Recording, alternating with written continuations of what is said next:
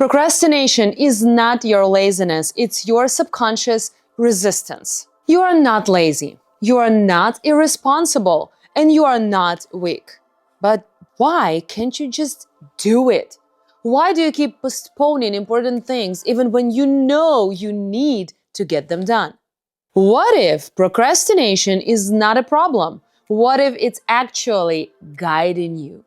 What if instead of fighting it, you learn to listen to it? If you've ever struggled with procrastination and want to break free from it in a way that feels natural, hit like, subscribe, and tell me in the comments, what's the one thing you've been putting off?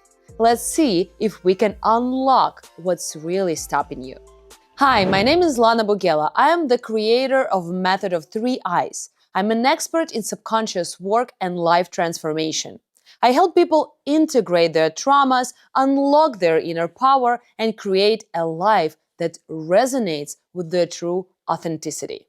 In this video, we'll break down procrastination from a completely different perspective. I'll explain what's really happening in your subconscious when you procrastinate, why you should stop blaming yourself, and how sometimes this resistance is actually a signal that something needs to change. Here's how most people think about procrastination. I'm lazy. I lack discipline. I just need to push myself harder. But that's not the truth. Procrastination is an energy misalignment. Procrastination is not about willpower. It's a vibrational signal. It means that either, first, you are trying to force yourself into an action that doesn't truly excite or fulfill you. Second, the timing is not right and you are resisting because something inside you knows that waiting would be better.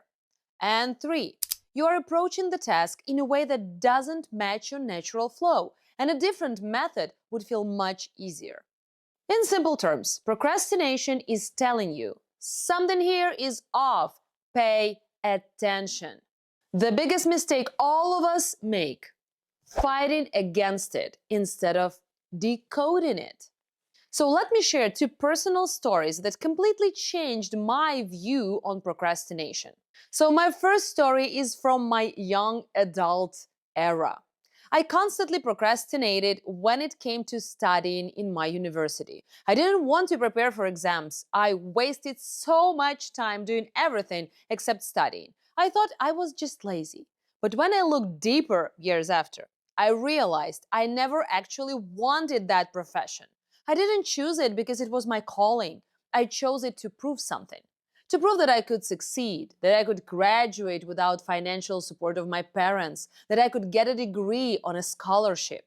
And I was able to do that at that time only in finance.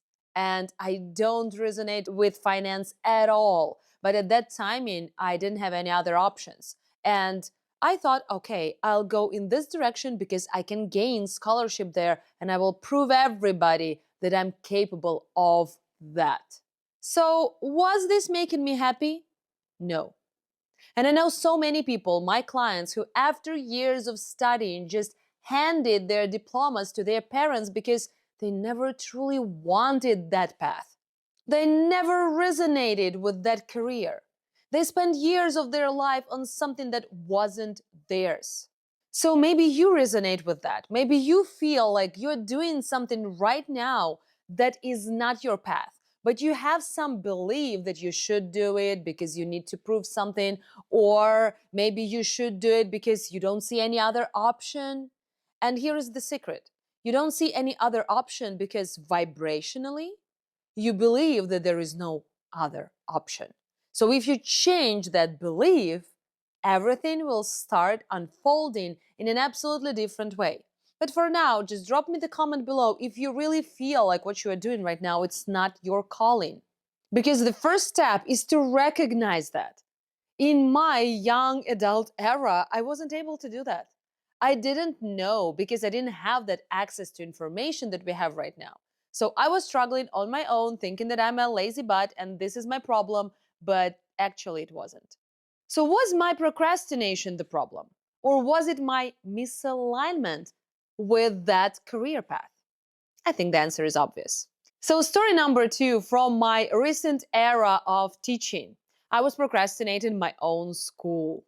Yes. So, when I decided to create a training program for Method of Three Eyes, I procrastinated for a long time. I told myself, this is too complicated. People will not get it. I'm not ready yet. It will take too much time, and blah, blah, blah, blah. But when I looked deeper, I realized that issue was not that I couldn't do it. The issue was that I was trying to do it the right way instead of my way. What I mean by that? I thought that everything that I know should be taught in a way that people know. So, like, familiar way of teaching. So, we have like a class and then we go practice and so on and so forth. But my method is so deep. My method is so profound that it couldn't be taught with the books. It couldn't be taught with just theories and a little practice. It needs something new. So the moment I understood why I'm procrastinated, I allowed myself to teach in my own unique, progressive way. Everything started flowing. I stopped procrastinating and started creating. So was procrastination resistance, or was it my subconscious telling me, find a different approach? So now if you feel like this is about you, if you feel like something you are doing you really love and this is your path, but you just cannot figure out why you are not. So if it resonates with you and you feel like you have something in your life that you really love doing, but you're procrastinating and stopping yourself for an not understandable reason, then try to think of it this way. Maybe the way you are trying to perform something is not actually in alignment with you. Maybe the thing that you are trying to perform is in alignment, but the way you are trying to do is not. So, this direction can help you to think out of the box and figure out what is your procrastination trying to tell you. So, guys, you can't just force yourself to stop procrastinating, but you can learn to listen to what it's telling you. So I want to give you 3 steps to decode procrastination. They always work. So step number 1, ask yourself, why don't I want to do this? Is it because I'm afraid of failure? Is it because I don't truly want this? Is it because I'm forcing myself into a structure that doesn't fit me? And guys, really, this seems so simple, but what I see in my clients, when they procrastinate, they tend to just jump into that trap and start feeling resistant towards resistance. So if I'm resistant to do something that I need to do, I feel like I'm a failure and I'm resistant to my resistance. So they're trying to say this, why am I doing that? Why I'm so lazy? Why am I laying on my couch and not doing anything? Why? But those questions are rhetorical. They are not meant to give you an answer. They are meant to torment you. They are meant to demolish you, diminish you, and make you feel like you're a loser. So stop asking those questions and instead ask yourself more constructive ones. So I need to figure out why is it happening, because I'm not a lazy butt. I'm not a person that simply irresponsible. I'm a person that wants to do that needs to do that. But my procrastination is telling me where I'm misaligned with that action. So, step number 2, change your approach instead of forcing yourself. If writing feels hard, try speaking it out loud. If structured study doesn't work, try learning through conversations. If traditional work methods feel heavy, ask, what is the most exciting way I could do this? I had a client who couldn't start writing, and she was telling me every session that I love writing. I wanted to do that since I remember myself. And every time I sit down, I feel like my mind goes blank. So when we worked on that, of course, we released some subconscious trauma and so on and so forth. But the main thing that was stopping her to do that is that she was trying to type. And she is a person who feels the flow while speaking. So she just opened up her phone and found a recorder there and started recording herself, and then using artificial intelligence to transcribe that. And she got all of her poems and all of her thoughts and all of her talent through her. She got it out of her and on the paper in a different way. Step number 3, recognize when it's simply not your path. If something constantly drains you and feels unnatural, like my financial studies, maybe it's not meant for you. And you really need courage to really admit it.